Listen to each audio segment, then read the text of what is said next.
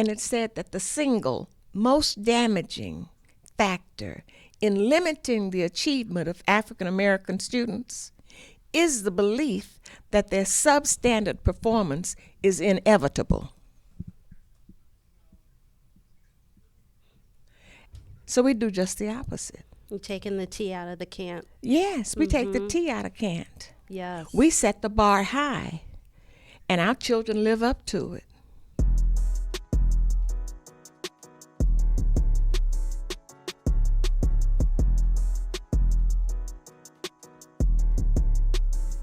This is Articulating, an independent school podcast.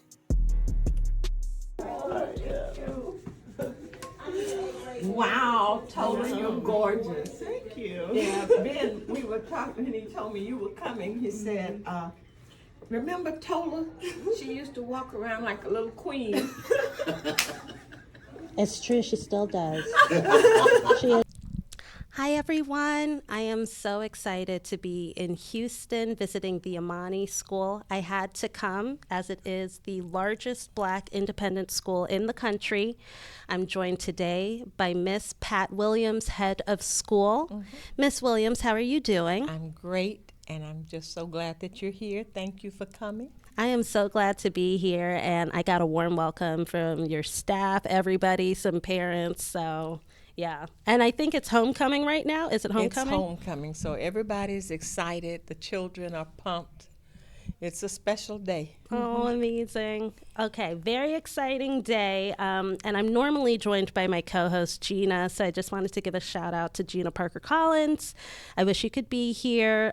So, largest Black independent school in the country.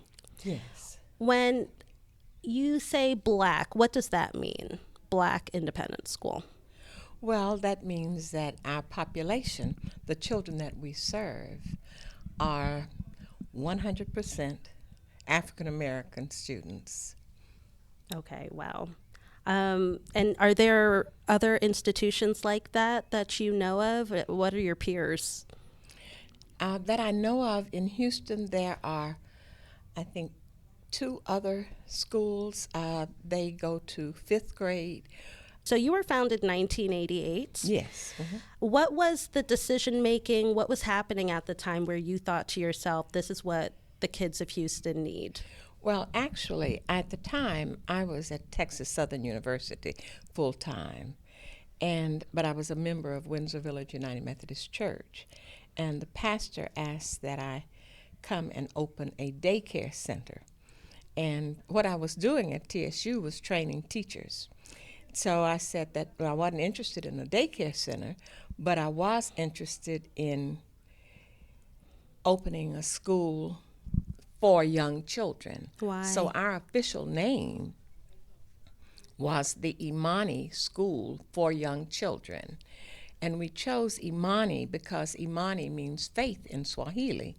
And it was our intent was to develop a faith, a confidence, a belief in God, and a faith, confidence, and belief in oneself. So that's how the name came to be, the Imani School for Young Children. We opened with 25 3- and 4-year-olds. It was not originally planned to go to 8th grade. My goal at that time was to prepare children to enter school. Mm-hmm.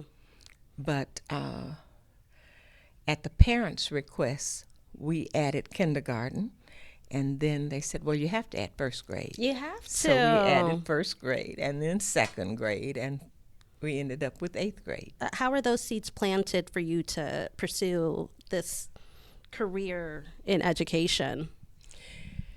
I think God lets you know only what you can handle. That was not my plan. I started teaching when I got out of college. First I was a flight attendant, and then I started teaching. And those are transferable skills, by the way. Lots of educating and wrangling. Well, a lot of working with people. Yes, yes.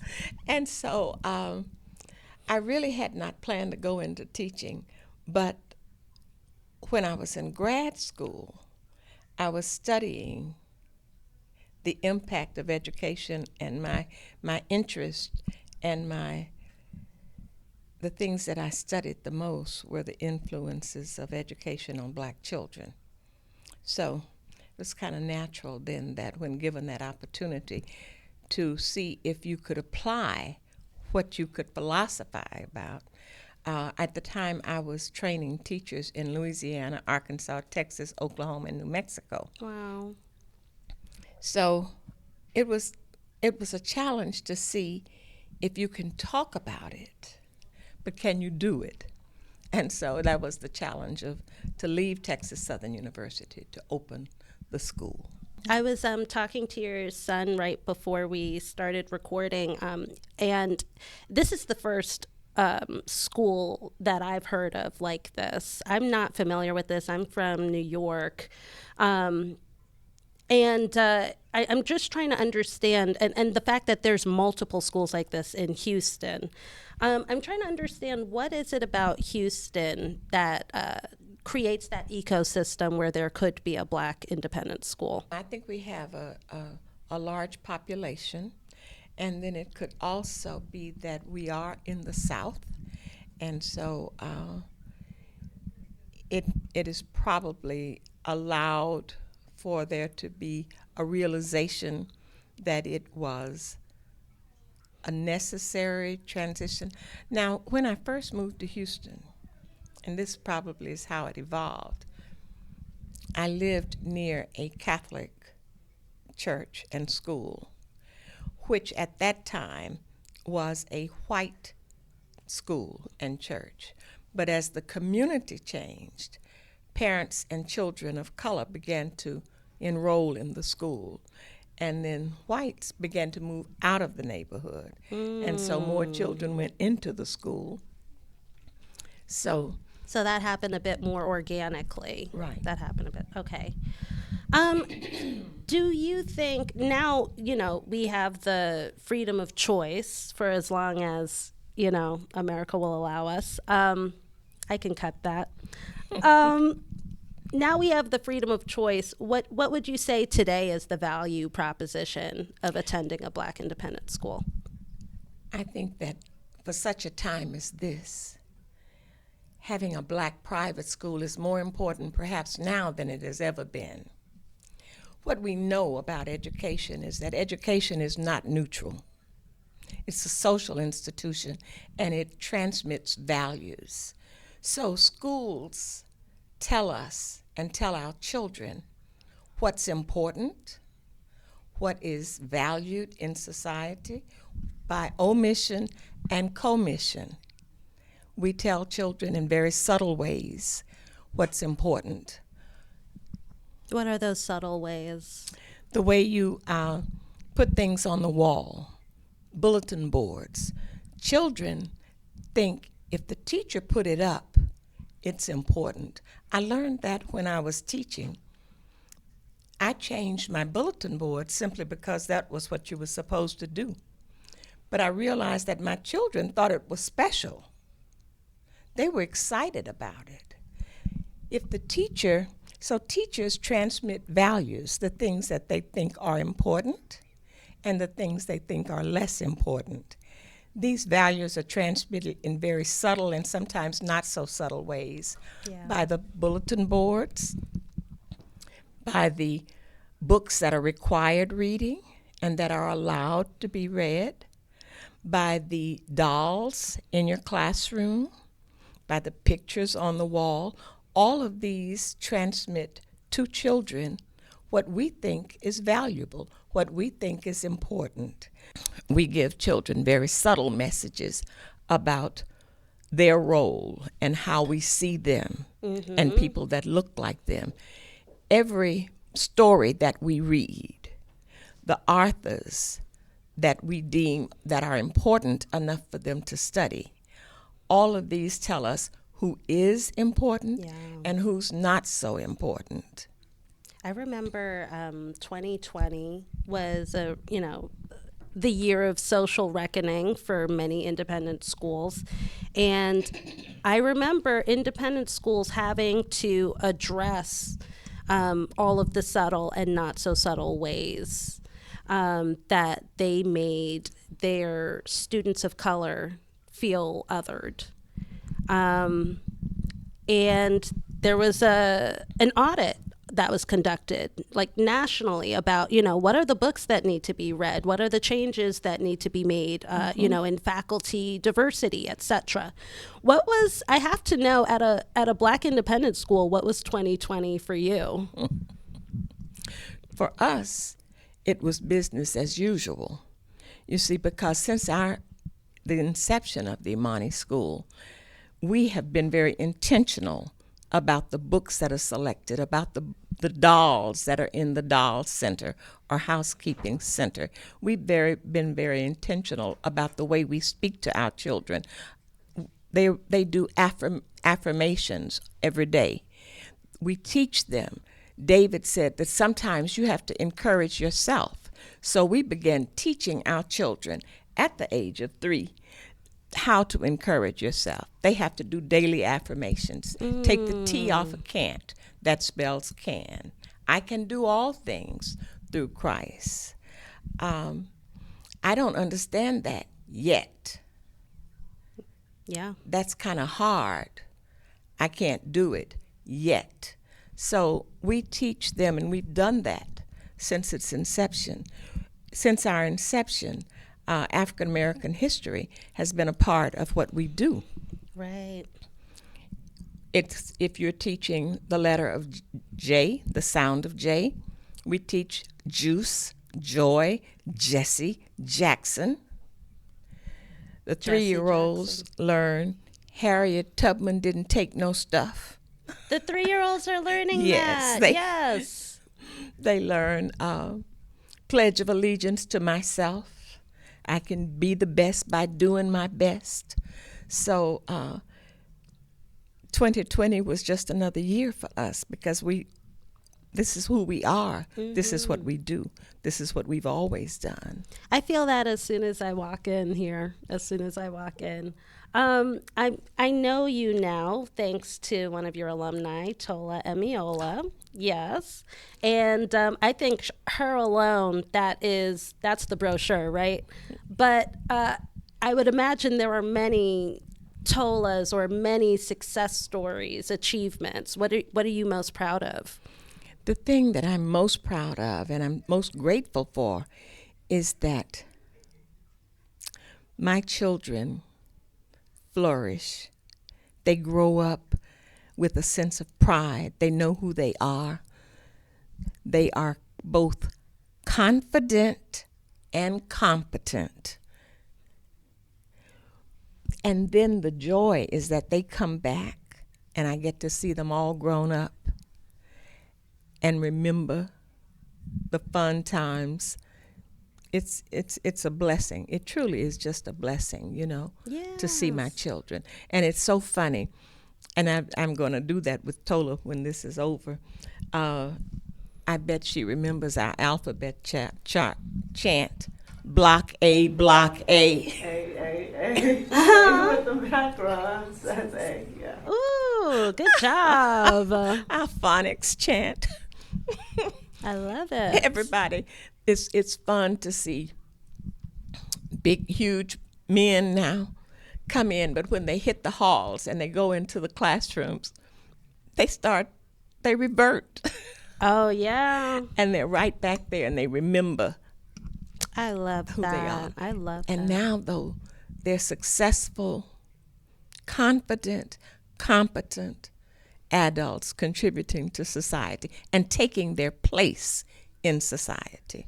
Miss Williams, I was expecting you to drop a lot of impressive numbers about, the number of kids that go on to, gifted programs, the very elite institutions, colleges. But the fact that you are touching on, who they are as people when they leave this institution, that's really heartwarming and just affirming about what's happening in this building. They are. they are successful. Our goal is that my children have choices when they leave me. It's important that they do well when they're here, but it's more important that they do well when they leave me. Yes. And so all I want for my children is that they are qualified with the skills and fortified with the self-confidence to be able to enter any arena and go to any school that they choose. I don't care where they go. I just want them to have the choice of where they go. And when they get there, they won't be just glad to be in the place. No, they're going to take their place. They're going to run for office. They're going to excel. They're going to be recognized as capable, competent. I belong in the room, and I'm grateful that I've lived to see that, Absolutely. What more could you want out of life? Well, you've done well. Good job. I'm just grateful. A job well done. It's a blessing. Really is a blessing. It is. It is. I was really enthusiastic to meet with you at this time because I am hearing a lot of families post-election try to understand how they can protect their families, families of color that are concerned about what the state of education is going to be for their Black children. What are your thoughts and feelings for those sorts of, I would imagine people come to the Imani School for a number of reasons. What are your feelings or thoughts on families that wish to attend a school like the Imani School as an act of resistance or as an act of removing themselves from from American politics? Well, I think that this might be a time of awakening for many of our families. I would hope that they would see this as a time not only of resistance, but also a time of empowerment. It's a time when families have to be more intentional about their selection and who do they want to educate their child. There's some studies that have been done that talk about children or students in predominantly white private schools. 75% of those studies, of those students, have indicated that they feel that they had to change themselves in order to be accepted, in order to be fit to fit in. 75% said they struggled to fit in. At Imani, our students already have a sense of belonging from the day they come. They're welcomed. They are celebrated. So parents have to consider that there is a definite relationship between the development and the feeling of self-confidence and academic achievement. So it is not only a contributing factor, but it is a facilitator and a factor of academic achievement. Children who are feeling proud of themselves and have a good sense of self and see themselves as learners tend to do better academically. So it is up for parents to understand the importance of having children in a place where they feel valued, where they feel important, where they are safe both emotionally and physically. You know, it's not enough to just say focus on your studies. No. Yeah. You see, in a Black private institution, education or academics is only one part of it.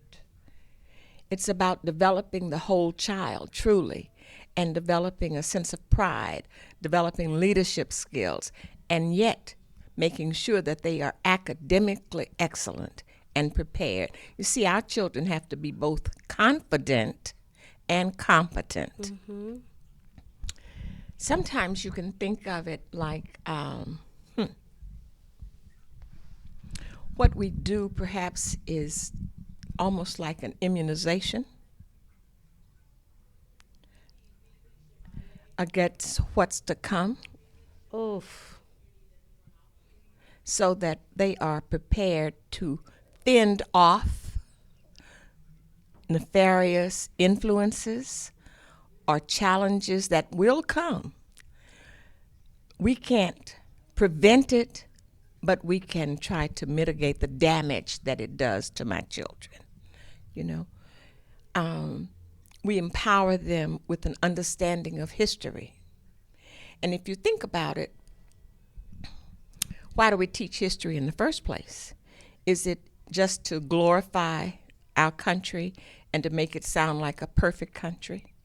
Or is it to help us to look at the totality of our history and the totality of all the different peoples who have contributed to its success or contributed to where it is now? And this is what we do. African American history, as I've said, is just an integral part of our curriculum. It's not an add-on. It's not a Black History Month. It's 365 African American studies, because it's incorporated into the history of America. Yes. And so our children know, whereas in a predominantly white institution, most children are exposed to just a few notable African Americans. What books are you using? Do you have the, that trifecta, that the foundational syllabus that you want all Imani kids to be familiar with? No. Okay. No. We choose books based upon the needs of my children. For example, initially, we used a book that was very, very good in math at computation, but not so good at application. So because we are private, we just changed it. Mm-hmm. We look at what our children are going to need when they leave us in high school. So we're very intentional about the selection of our literature. We alternate between reading Maya Angelou and Othello. And then The Skin I'm In and Animal Farm. But see, what we do is we look at what are they going to need when they leave us. Mm-hmm. So we teach that here. So when they go, they already have that foundation. They're familiar with the literature. It's important that our children know the classics, but it's just as important that they know the authors that look like them. Mm-hmm. So we do Maya Angelou, James Weldon Johnson, what was my classmate? Nikki Giovanni. All of these authors are equally That was your important. classmate? Yeah. That's she cool. was my, yeah, it is cool. Wow. Mm-hmm. What makes a good candidate for the Imani School? Because I would imagine, just given the success rate of placement, of high school placement after 8th grade, is there maybe, do they need to be not high functioning, High achieving. high achieving? And are you identifying that in at preschool age? No. Oh. No, we don't. We strive to be inclusive, not exclusive. So in every kind of way, we keep our tuition. I think we just realized that we're 33% less expensive than the closest PWI. Mm-hmm. Wow. We accept children as they come. And that's an interesting thing about black private schools too, especially those with a religious base.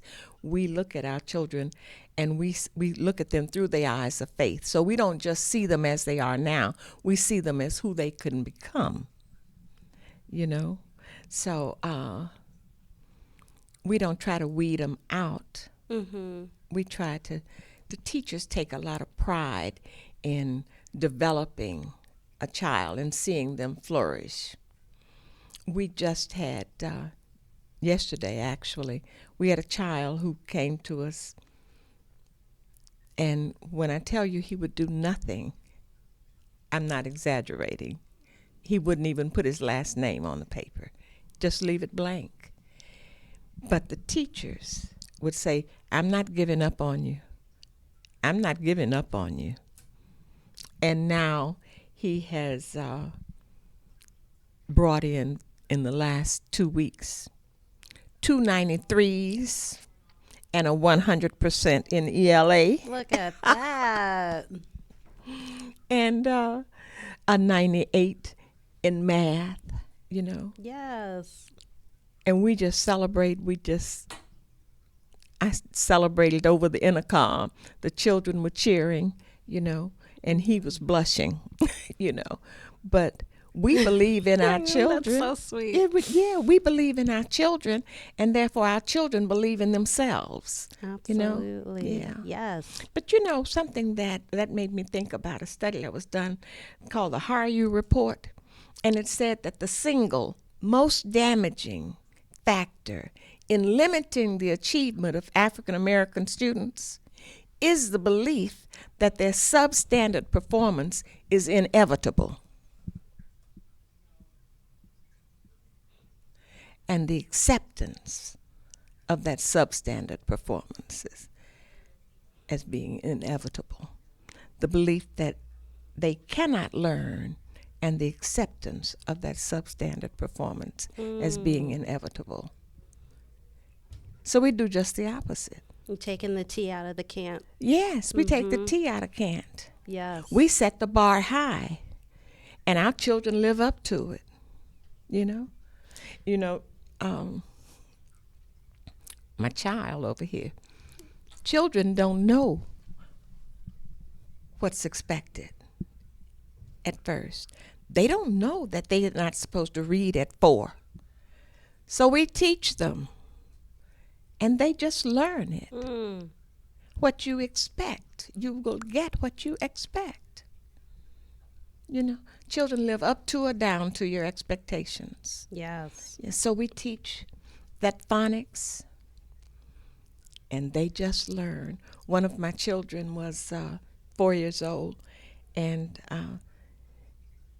all of a sudden said, ouch. And so the teacher said, oh my goodness, what happened? Did you cut yourself? Thinking it was a finger cut. I mean, she said, oh, that's what it was.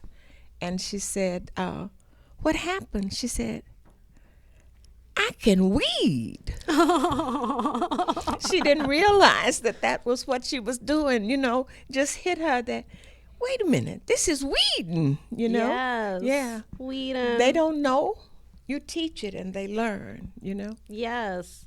Miss Williams, I could talk to you all day, and maybe I could get on your calendar where we could do that the next time I come to Houston. You have a board meeting coming up, so we'll vacate as soon as possible. One thing I want to do, though, is for listeners and for viewers, can you please just, in your educating capacity, just stress the importance of education for our Black communities right now, and just what the meaning and the importance of education at this point in time in our socio-political landscape? I think that it is, if there's ever been a time when it was important that our community, our parents, be aware of what their children are learning, be aware of the importance of the environment their children are in. There is a saying that it requires no malice to destroy a child. it can be done in very subtle ways. Yes. We need to make sure that we are advocating for our children. You can no longer just send your child to school and relax. The education of black children, the education of all children is important, but the education of black children is critical. They must be prepared with the skills necessary that they are going to be able to succeed. Nobody owes them anything but an opportunity. They have got to be prepared to walk through the doors. And to my parents, I would say too that you want to make sure that your children are prepared to learn. It's important that they come to school ready to learn, that you set the bar, what your expectation for your child's behavior. They have to be able to learn, and that includes respecting the classroom, respecting themselves. We put it up in our halls that says, act in a manner that honors God, your parents, and yourselves for such a time as this. Man, I wish every student had a head of school like you. Thank you so much for this time. I'm very, very excited. I think this is the beginning of a really beautiful partnership with RISE and the Imani School. And I'm just so excited to see where the Imani School goes, how it grows, and where your alumni, all the various places that your alumni will touch and reach. We're honored to have you. We appreciate your choosing to come and visit Imani. If you enjoyed listening to this discussion, please pass it on to a friend. And don't forget to hit subscribe and follow us on Instagram at our parent organization at 4RISE. That's the number 4, RIISE. Thank you for listening, and we'll see you in 2 weeks. Can we talk about knee pain, joint pain? I mean, this has got to be my favorite Vibrant Health product, Joint Vibrance. If you're an athlete, if you are into working out, taking care of yourself, if you're just going through the aging process, you know when a joint is aching you. So Joint Vibrance is your go-to product. You just put some in a shaker bottle, shake it up with your favorite liquid and drink. It's also great for the skin because of the collagen. I just love it.